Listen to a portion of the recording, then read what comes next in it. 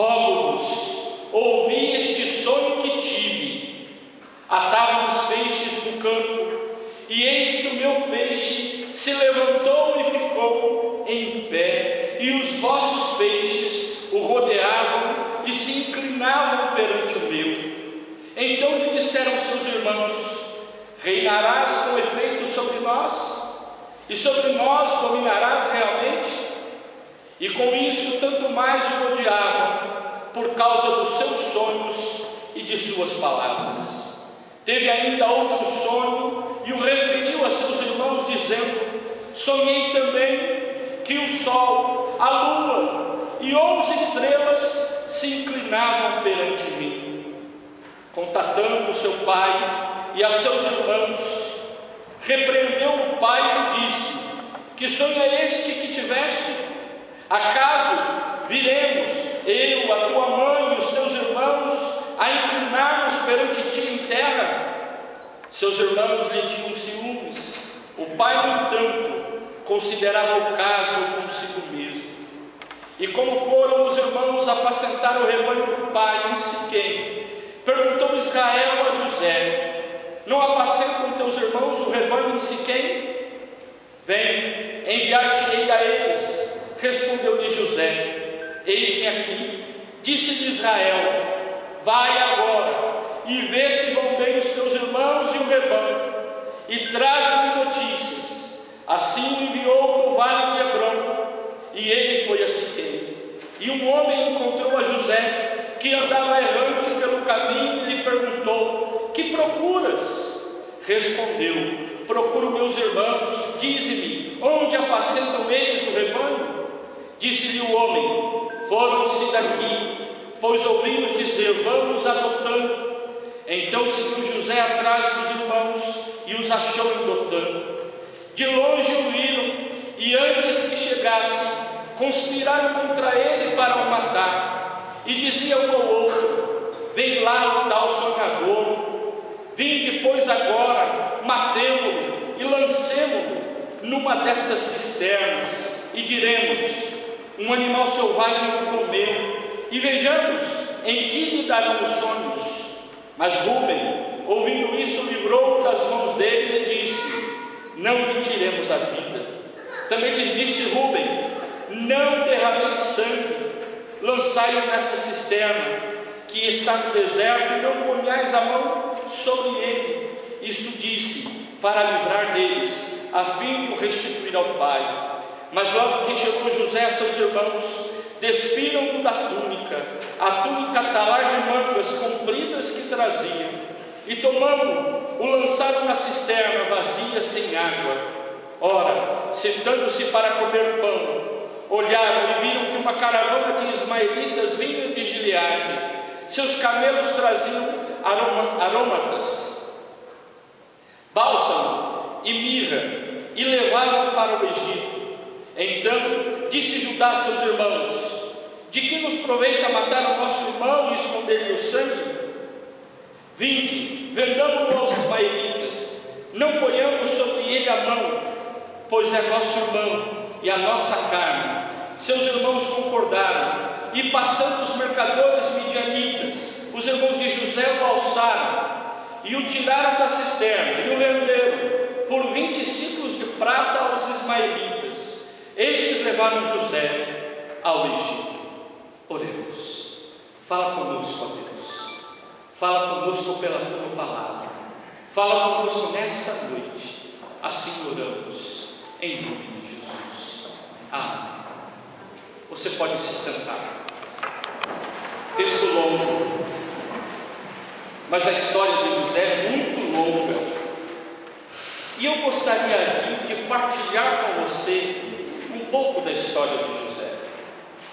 Quem teve a oportunidade de passar sua infância na escola dominical se deparou com as historinhas da escola dominical. Quem teve a oportunidade de ser professora de crianças, também teve a oportunidade de contar essas histórias. O papai e a mamãe que ensinou histórias bíblicas para os seus filhinhos também tiveram a oportunidade de se deparar com estas historinhas. Na atualidade nós temos muitos materiais didáticos, pedagógicos, que contam as histórias da Bíblia. E essa história é uma história que encanta as crianças. Quando se fala da túnica colorida e dá lá um desenho de um garoto com uma túnica para ele colorir, ela colorir, isso chama a atenção. Claro que a forma que nós apresentamos para as crianças é muito mais resumida e sem certas complicações que elas não conseguem entender. Mas eu e você que somos adultos, podemos olhar para essas complicações de forma mais profunda. José é o penúltimo filho de Jacó, de Israel, como ele é chamado nessa tradução. E ele era muito querido do seu pai. Na realidade, José parecia que provocava também, porque no início do texto fala que ele viu o que os irmãos faziam, ia lá e dedurava para o pai aquilo que estava errado. José, quem sabe, ele provocou um pouco a ira dos seus irmãos. Mas não é sobre isso que eu quero chamar a atenção.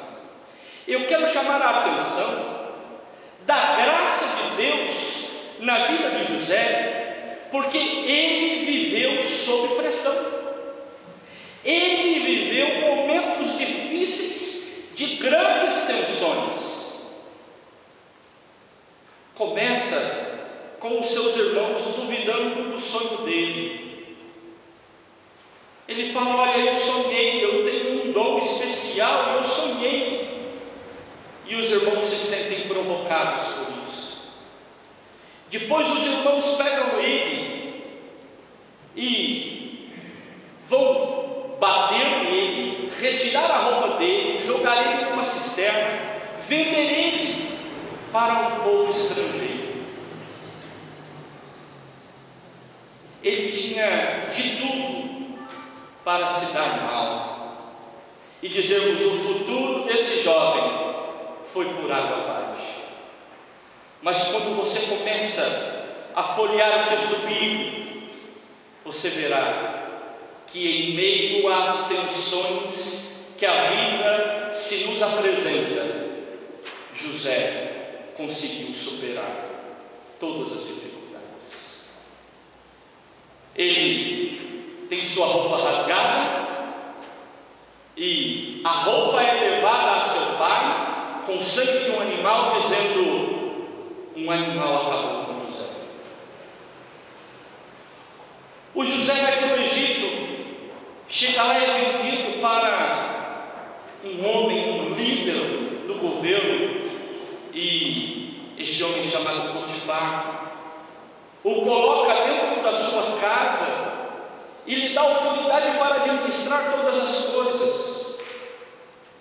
José parece que estava melhorando a sua caminhada, mas cruza na frente dele a mulher de Potifar e tenta seduzi-lo, e ele não aceita. Quando ele vai fugir, a mulher usa uma outra peça de roupa dele. Prestaram atenção nisso? Uma peça de roupa, os irmãos levaram para o pai. Outra peça de roupa, quando ela arranca dele, mostra para Potifar e diz assim: José, ele quis fazer alguma coisa comigo. Potifar então vai colocá-lo na cadeia, na prisão. Lá na prisão, ele tem sonhos de novo, e ele começa a interpretar sonhos das pessoas, porque ele tinha um talento especial. E ele vai interpretar o sonho do copeiro do rei e dizer para ele: olha, se você escapar daqui, lembre de mim. E José parece se dar bem ali na prisão, porque ele foi querido das pessoas.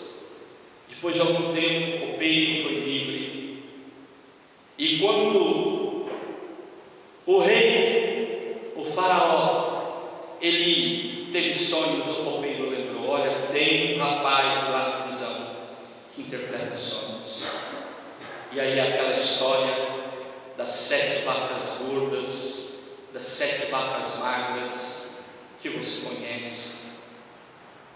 José então vai interpretar este sonho, e ele vai ser livre daquela prisão. Mas quando José é livre e conquista o seu espaço, ele vai então trabalhar para o Egito e ajuda na administração e construção do Egito. Mas como aquele sonho que ele teve, que o faraó teve, se cumpriu, de verdade, houve tempos de vacas magras. E naquele tempo difícil, a família de José precisou do Egito.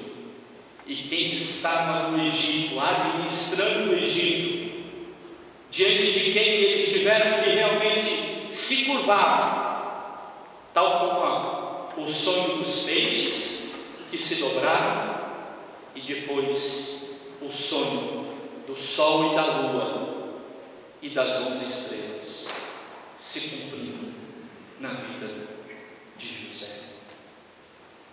A vida de José não foi fácil, mas o que eu quero destacar é que José foi fiel ao seu Deus. Ele produziu frutos nos lugares por onde ele passou. E lá onde ele estava, ele era abençoado e se transformava num instrumento de bênção. José é o exemplo da superação. José é o exemplo de passar por adversidades e continuar firme no seu propósito de servir a Deus. E então ele foi honrado. A história de José nos faz questionar, às vezes, que achamos que a luta que enfrentamos vai nos derrubar, vai nos vencer. A história de José vai dizer: não, lutas virão. Podemos perder uma batalha, mas não a guerra. Em determinados momentos somos fragilizados. José foi fragilizado muitas vezes na sua caminhada. Mas José foi fiel ao Senhor, e Deus restituiu, e o Senhor lhe deu forças e ajudou na superação. Ninguém está livre de tempos difíceis como o que José passou. Qual é a cisterna que às vezes somos julgados? Não sei. Quais são as prisões que às vezes somos encarcerados? Não sei. Mas que isso acontece na história das pessoas. Acontece. Tivemos uma experiência na semana passada das pessoas entrarem para receber oração aqui na igreja. Na terça-feira, no momento do almoço. E várias pessoas que entraram, elas entraram falando dos seus problemas, das suas dificuldades, das suas dores, dos seus cárceres, das suas cisternas. E a mensagem do Evangelho é uma mensagem de Deus que se faz presente na cisterna e nos dá força para sobreviver. Do Deus que está presente na prisão e nos dá força para sobreviver. Por isso somos desafiados à fidelidade, ser fiel ao Senhor, mesmo nos momentos de adversidade, mesmo nos momentos difíceis. Eu quero convidar você a um momento de oração, e neste momento de oração, a trazermos à memória o texto bíblico que diz: os que confiam no Senhor renovam as suas forças. Feche os seus olhos.